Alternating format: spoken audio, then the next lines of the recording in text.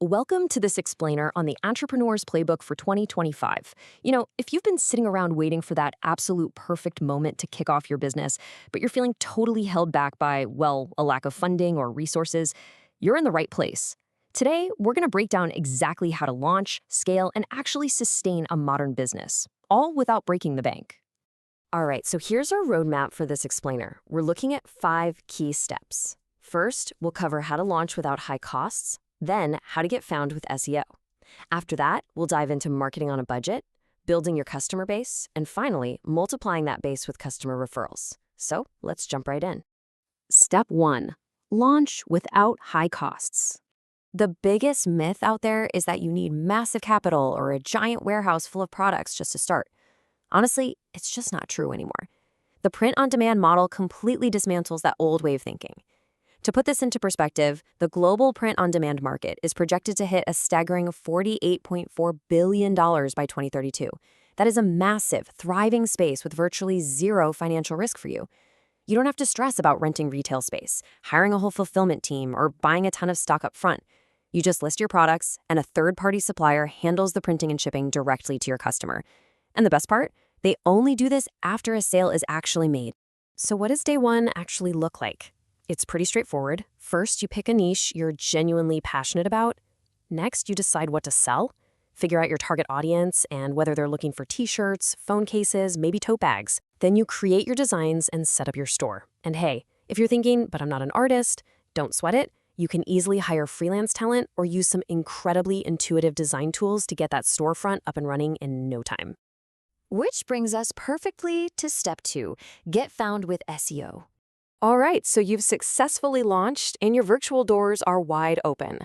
But in a super crowded digital world, how do people actually find you? Well, it's all about SEO. There's a great saying that a website with no analytics account is like a fish with no gills. I love that because it's so true.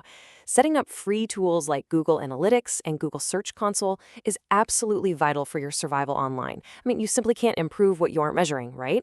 These tools are going to tell you exactly how folks are finding you, what they're clicking on, and which specific keywords are actually driving your traffic. Now, you might be wondering whether to pay for ads or focus on SEO. Think of it this way. Advertising is basically throwing money at Google for immediate clicks. It's fast traffic, sure, but it comes with a really high financial cost. The second you stop paying, the traffic just disappears. SEO, on the other hand, is the long game. It might take, say, 6 to 12 months to really build momentum, but once it does, it generates a high, consistent stream of long-term organic traffic. Ultimately, that decreases your ad spend and seriously increases your profit margins over time.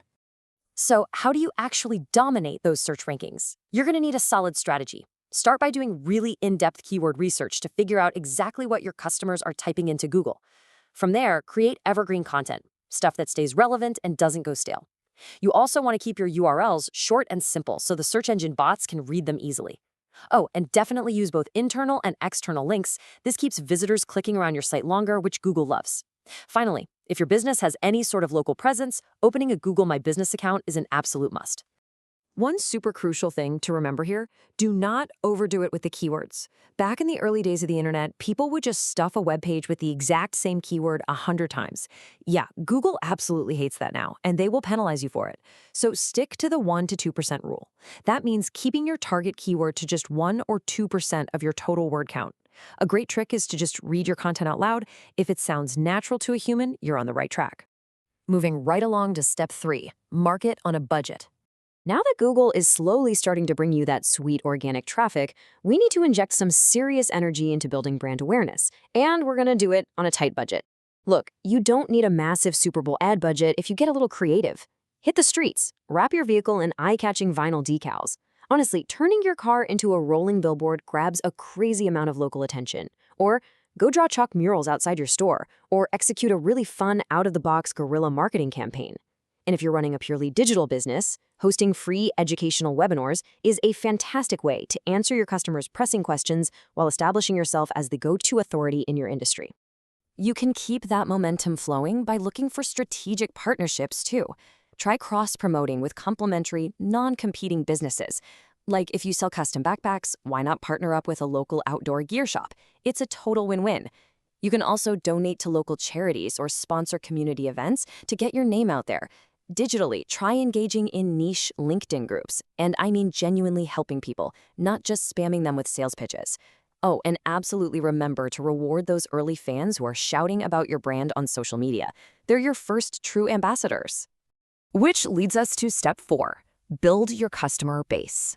Getting traffic and grabbing attention is awesome, but it doesn't pay the bills by itself. We need to convert those initial interactions into a fiercely loyal, repeating customer base. The very first step here is identifying exactly who your target market is by creating customer personas. Basically, these are semi-fictional characters representing your ideal customers, built from real data and some educated speculation. Once you know their income level, what they value, and what their core challenges actually are, your marketing completely transforms. It stops feeling like a generic broadcast and starts feeling like a highly personal one-on-one conversation. To really lock in that loyalty, you can rapidly build credibility by offering free or discounted products in exchange for fully disclosed, honest reviews. You also want to leverage your data. Use past purchase history to send personalized emails or special birthday discounts, things that make your buyers feel uniquely valued. And don't forget to respond actively on social media. Exceptional customer service isn't just about fixing a broken order, it's about making every single touchpoint memorable. When you network genuinely and aren't constantly just trying to make a hard sell, you transform casual buyers into incredibly vocal brand advocates. And that brings us to our final step, step 5, multiply with customer referrals. Once you've got this solid, happy customer base, the ultimate goal is getting them to multiply your business for you. The secret sauce here is a double-sided incentive, where both the existing advocate and the brand new customer get a reward they actually want. You've really got to match the reward to the product type. For example, if you sell higher cost or infrequent items, offering hard cash, gift cards, or premium swag works best. If you're running a service or a subscription, offering store credit, reward points, or a free month is the perfect way to keep folks engaged. And for low-cost, frequent purchases, stick to store credit, direct discounts, or some fun branded swag. But here's the catch. It literally does not matter how amazing your referral rewards are if nobody knows they exist. You need to promote this program exactly where your customers already are. Add it to your post-purchase transaction emails. Those always have huge open rates. Display it prominently in your website's menus or down in the footer. You can even trigger a pop-up right as they're exiting your website or embed the referral link directly within their private customer portal. Just make it absolutely impossible to miss.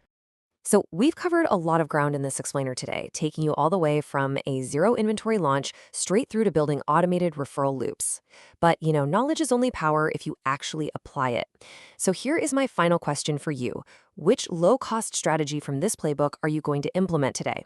Are you going to dive into your first hour of keyword research, set up Google Analytics, or maybe sketch out your ideal customer persona? Whatever it is, pick just one idea from today and get to work.